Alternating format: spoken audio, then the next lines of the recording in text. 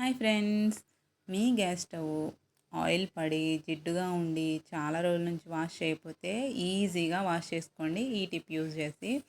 ఏం లేదు ఫ్రెండ్స్, ముందుగా అన్నీ దాని మీద వాటర్ పోసేసుకొని నానబెట్టుకొని హ్యాండ్ వాష్ జెల్ కానీ లేకపోతే డిటర్జెంట్ జెల్ కానీ ఒక గిన్నెలో వేసుకొని వాటర్ పోసుకొని ముందు దాన్ని మొత్తం స్ప్రెడ్ చేసుకోవాలన్నమాట. ఆ జెల్ అనేది వాటర్తో కడిగాం కదా, దాన్ని స్ప్రెడ్ చేసి కొంచెం సేపు ఒక 5 మినిట్స్ నానబెట్టేయండి.